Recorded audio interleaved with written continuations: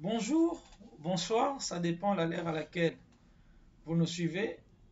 C'est Imae ONG, Young Men Action for Education, campagne École des âmes en côté.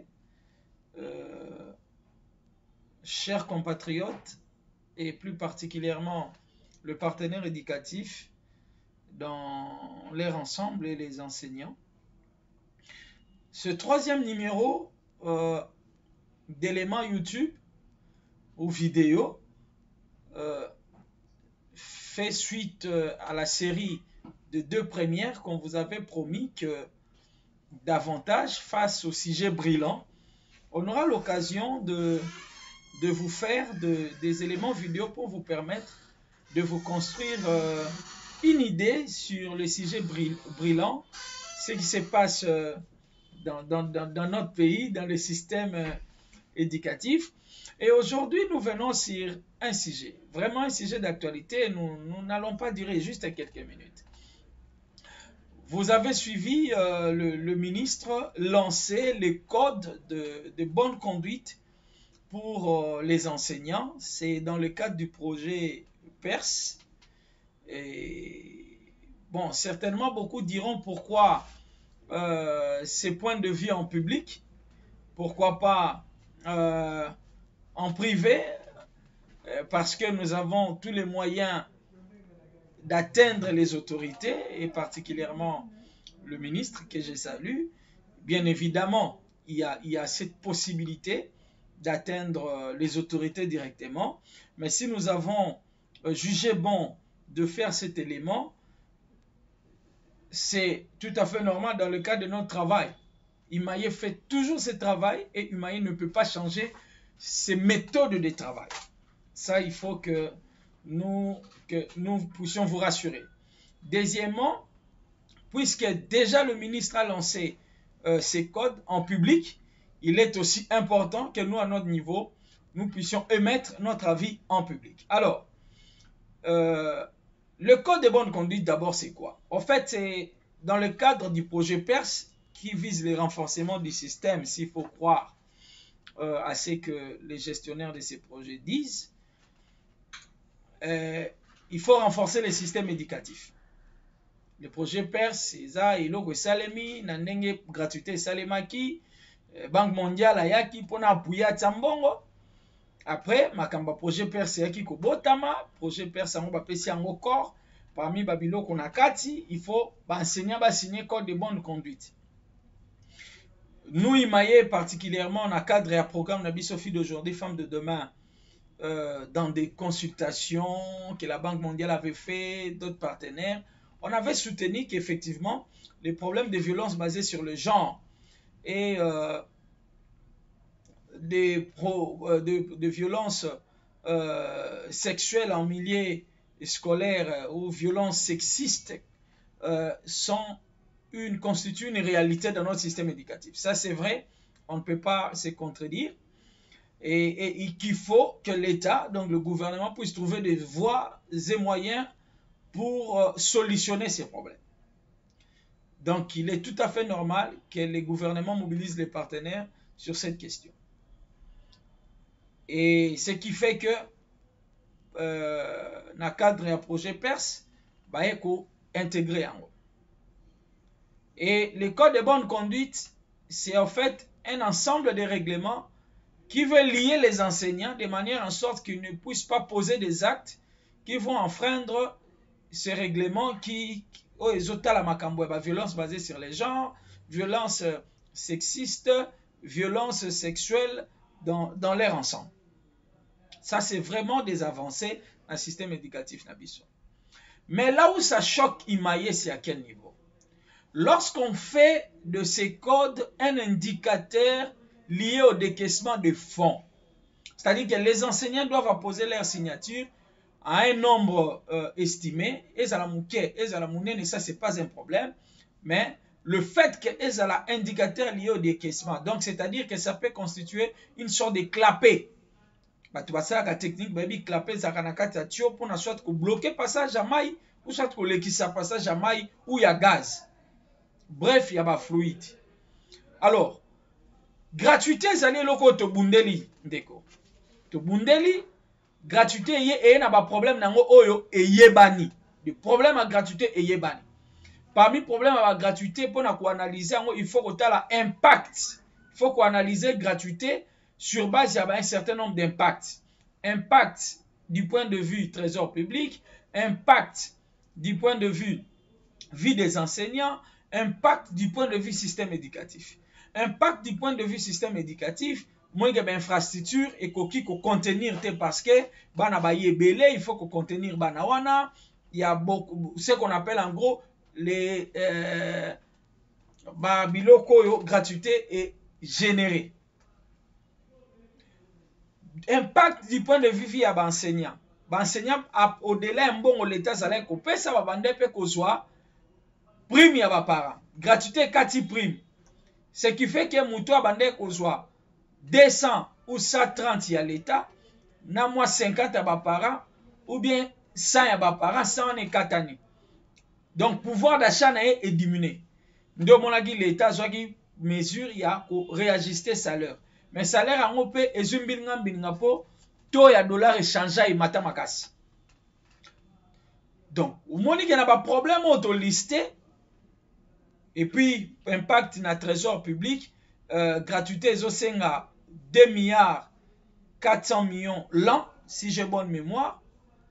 Mais bidjambo que ça combien? Il semblerait ça va biloko moko ce qui va 6 milliards mais en réalité ça peut être un peu moins que ça. Est-ce que le gouvernement au Coca donc il y a aussi des problèmes de financement? Quand on a pas problème wana nyoso, il faut qu'on ait une solution. Il y a un appui budgétaire et il y a qui à Banque mondiale.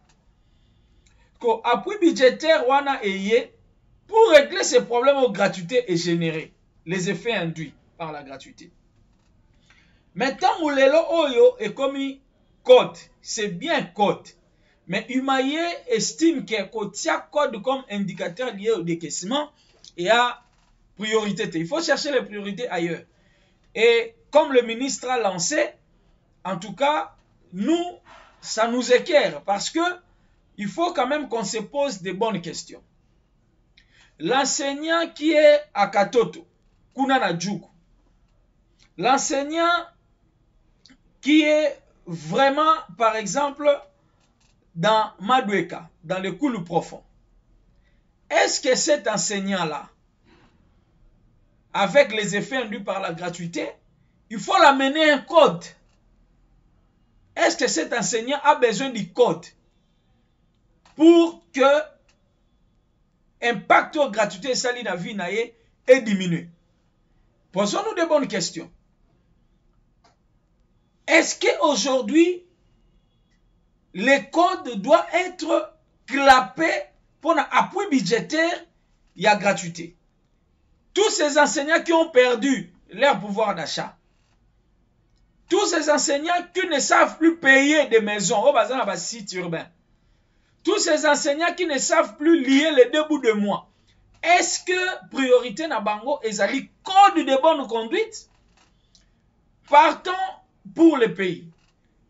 Pays est lancé gratuité. Problème ezali à la salle de classe. Est-ce que au stade actuel, la République a comme priorité le code de bonne conduite? Nous ne disons pas que c'est mauvais. Non, on ne dit pas que c'est mauvais.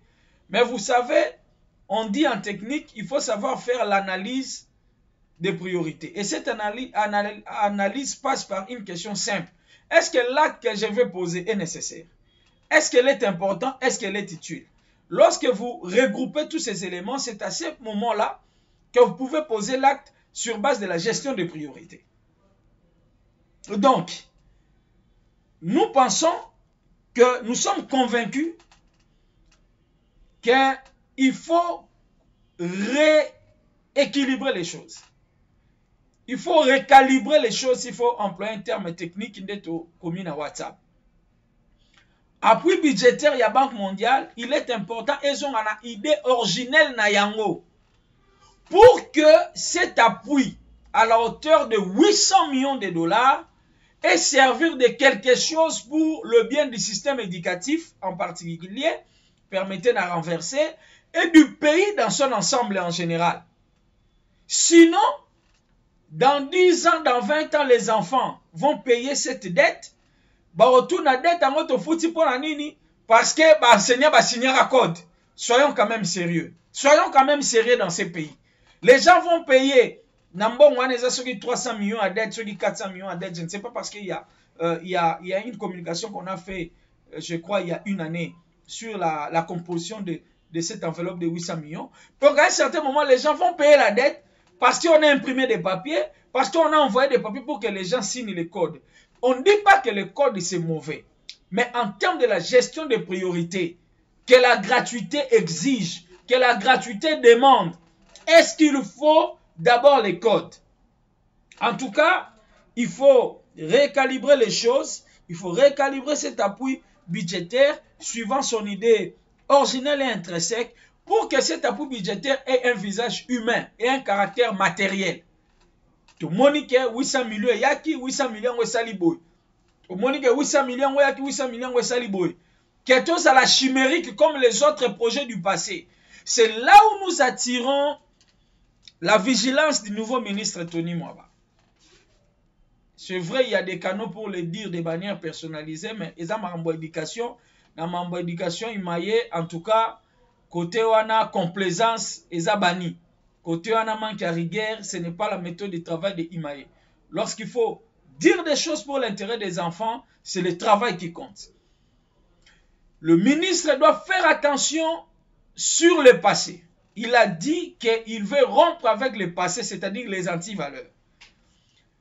Les projets dans des secteurs éducatifs, des millions et des millions, s'il faut comptabiliser en des termes matériels. C'est vrai, ça, la makambo sala, ba makambo sala, c'est bien, on refuse pas ça la babiloko et sala. Mais concrètement et pratiquement, et ça là, nini matériellement.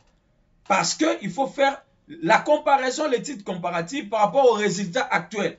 Ce que cela makambo bien, le résultat, on en est où? Donc, si l'éducation souffre, parce que certainement à un certain niveau dans le passé, les projets qui ont généré des millions n'ont pas peut-être amené des résultats escomptés pour le développement du système éducatif congolais. Alors aujourd'hui, il y a une enveloppe de cette taille-là, de 800 millions. Mais tout ça là-bas, j'étais tout ça là-bas aventure. Il faut une gestion vraiment axée sur les résultats concrets. Et gratuité peut ça problème à salle. Gratuité peut si problème via enseignant, gratuité peut si problème et ça la tête babilo comme chimérique. Voilà un peu de manière ramassée la quintessence. Il y a troisième élément, mais il y a beaucoup d'actualités. Humaye vous promet, nous allons revenir. Nous avons le problème de l'examen d'État. Bon examen d'État, il faut que Kitanio ou il faut que ça l'a éliminé. Parce que beaucoup de raisons, ce n'est pas le sujet, nous allons y revenir. Nous avons un problème des écoles qui souffrent de pollution sonore et, comme on dit, environnementale aussi. Il y a sonore et environnemental. Il y a aussi des écoles qui sont victimes d'occupation, de privatisation ou bien des autres aspects. Occupation, privatisation, commercialisation. Il y a aussi un problème de frais aux parents bafouti.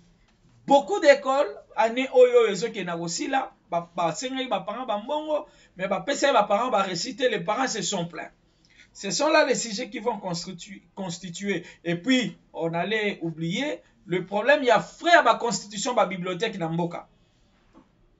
Plutôt dans la ville de Ngomba Kinshasa, les parents bofutaki bambongo ba frère à la bibliothèque, peut-être boye ba quitter, mais salinini, autant de sujets qui vont constituer le prochain élément.